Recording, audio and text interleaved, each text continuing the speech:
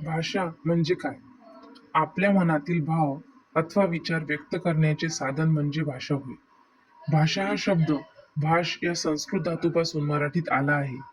भाष म्हणजे बोलणे. संस्कृत व तामिळ या भाषा भारतातील सर्वात जुन्या भाषा मानल्या जातात. महाराष्ट्रापासून उत्तरेकडे बोलल्या जाणाऱ्या भाषा या इंडो आर्यन गटात मोडतात. संस्कृत, मराठी, हिंदी, गुजराती या भाषा आर्यन गटात मोडतात. दक्षिण भारतातील भाषा मात्र द्रविडियन गटात मोडतात. तामिळ, तेलुगू, मल्याळम, कानडी भाषाविषयक कौशल्याच्या 5 पायऱ्या आहेत. पहिलं म्हणजे श्रवण, दुसरं संभाषण, तिसरं भाषण, चौथं वाचन आणि 5वं लेखन. भाषेची रूपे. घरामध्ये बोलली जाणारी भाषा मातृभाषा. दैनंदिन व्यवहारातील भाषा बोलीभाषा. ठराविक प्रदेशात बोलली जाणारी भाषा प्रादेशिक भाषा. वर्तमानपत्र, आकाशवाणी, दूरदर्शन, शालेय पाठ्यपुस्तक, वाङ्मय यातील भाषा प्रमाण भाषा. देशाची सर्व जनतेची मान्यता दिलेली भाषा राष्ट्रीय भाषा. संघराज्याच्या व्यवहाराची भाषा राज्यभाषा. हिंदी व इंग्रजी. मराठी भाषा ही इंडो युरोपियन कुळातील आहे. मराठी ही जगातील 10व्या क्रमांकाची भाषा आहे. बऱ्याच देशात आपली भाषा स्थलांतरामुळे बोलली जाते. भारतात मराठी भाषेचे स्थान 3ऱ्या क्रमांकावर आहे. अभिजात भाषा म्हणजे काय? अभिजात भाषा म्हणजे ज्या भाषेचे अस्तित्व पूर्वी होते आणि आता सुद्धा आहे अशी भाषा. भाषा 1500 ते 2000 वर्ष जुनी असावी. भाषा ती भाषा स्वयंभू असावी म्हणजे कोणत्या भाषेतून तयार नसावी. अभिजात भाषा संवर्धनासाठी केंद्र शासन निधी देते. 2012 शासनाने मराठीला अभिजात भाषेचा दर्जा देण्यासाठी रंगनाथ पठारे यांच्या अध्यक्षतेखाली मराठी अभिजात भाषा संशोधन समिती नेमली आहे. आतापर्यंत भारतात 6 भाषांना अभिजात भाषेचा दर्जा देण्यात आला आहे. तेलुगू, तामिळ, मल्याळम, कानडी, उडिया, संस्कृत. अभिजात भाषा दर्जा. पहिला दर्जा तामिळ 2004, दुसरा दर्जा संस्कृत, तिसरा दर्जा तेलुगू 2008, चौथा दर्जा कन्नड 2008, 5वा दर्जा मल्याळम 2013 आणि 6वा दर्जा उडिया 2014. आता लिपी म्हणजे काय? विविध सांकेतिक खुणांनी आपण जे लेखन करतो तिलाच लेखी म्हणतात, लिपी म्हणतात. लिपी हा शब्द लीप या धातूपासून तयार झालेला आहे. लीप म्हणजे लिपणे किंवा सारवणे होय. आपण कागदावर शाईने लिपतो म्हणून त्याला लिपी म्हणतात. मराठी भाषा बालबोध लिपीत लिहिली जाते व बालबोध लिपीला देवनागरी लिपी म्हणतात. देवनागरी लिपीत असणाऱ्या भाषा मराठी, गुजराती, संस्कृत, हिंदी, बंगाली, पाली. मोडी लिपी म्हणजे अक्षरांना मुरड घालून लिहिण्याच्या पद्धतीला मोडी लिपी म्हणतात. मराठी भाषा ही मोडी लिपी सुद्धा आहे. देवनागरी लिपी आर्य लोकांनी भारतात आणली. भारताची राष्ट्रीय लिपी देवनागरी. भारतात इसवी सन पूर्व 6च्या शतकात ब्राह्मणी आणि खरोष्टी लिपी प्रचारात होत्या. खरोष्टी लिपी ही उर्दू प्रमाणे लिहिली जाते, उजवीकडून डावीकडे. देवनागरी लिपी ही डावीकडून उजवीकडे लिहिली जाते. खरोष्टी लिपीला गांधारी लिपी या नावाने सुद्धा ओळखतात.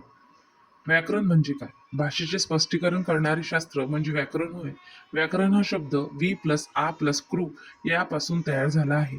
पतंजलीने व्याकरणाला शब्दानुशासन असे म्हटले आहे. सराव प्रश्न संच. भाषाविषयक कौशल्याचा साधारणपणे किती पायऱ्या आहेत? ऑप्शन आहे 5, 3, 4, 2. तर उत्तर आहे पर्याय क्रमांक 1, 5. प्रश्न क्रमांक 2.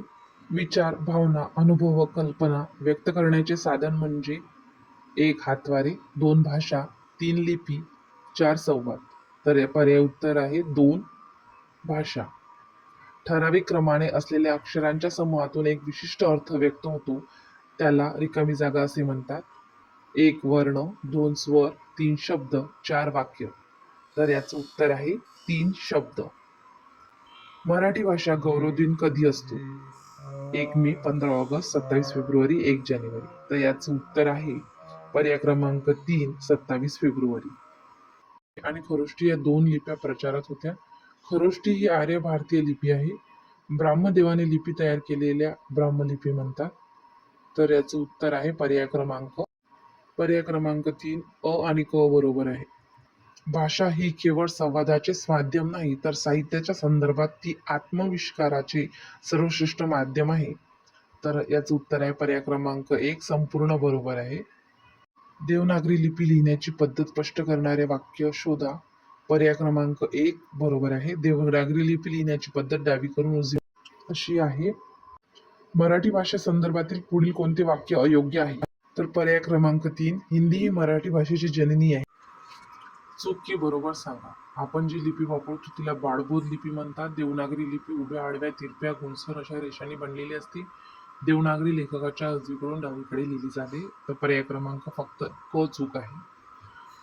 10. पर्यायी उत्तरापासून योग्य ते पर्यायी उत्तर शोधा. भाषा नदीच्या प्रवाहाप्रमाणे असते. तर पर्याय भाषेमध्ये बदल होत जातात. कारण 11. खालील विधानापैकी योग्य उत्तर शोधा. तर भाषा आपल्या भाषे शिक्षण विविध कौशल्यावर सुरू असते. पर्याय क्रमांक अ, ब, क हे उत्तर आहे. खानदेशी भागात बोलली जाणारी बोली म्हणजे अहिराणी. पर्याय क्रमांक 1. व्याकरण म्हणजे काय? तर भाषेचे स्पष्टीकरण करणारे शास्त्र. 14. लिपीचा शोध लागल्याने आपल्याला काय शक्य झालेले आहे? तर आपल्याला लेखन शक्य झालेले आहे. पर्याय क्रमांक 2. देवनागरी लिपी असणाऱ्या भाषा कोणत्या? तर पर्याय क्रमांक 1. मराठी, गुजराती, हिंदी, संस्कृत. 16. विचार व्यक्त करण्यासाठी मानवाला मिळालेले मूळ साधन कोणते? तर भाषा. पर्याय क्रमांक 2. गुमणे, हरवणे हा शब्द कोणत्या प्रादेशिक भाषेत वापरला जातो? पर्याय क्रमांक 1. अहिराणी. पुढील समूहात न जुळणारा शब्द शोधा. तर पर्याय क्रमांक 4. इडली. देवनागरी लिपी आदर्श लिपी मानण्याचे कारण. पर्याय क्रमांक 2. देवनागरी लिपीत उच्चारण्यात येणारा प्रत्येक ध्वनी स्वतंत्र चिन्हाने दाखवण्यात येतो. 20. आपल्या मनातले भाव अथवा विचार व्यक्त करण्याचे साधन म्हणजे. पर्याय क्रमांक 4. भाषा. भाषा म्हणजे पर्याय क्रमांक 2. विचार व्यक्त करण्याचे साधन. इथे आपलं भाषा लिपी व्याकरण हा टॉपिक झालेला आहे. असे नंतर भेटू नवीन एका टॉपिक सोबत. तोपर्यंत stay tune, like, share, subscribe.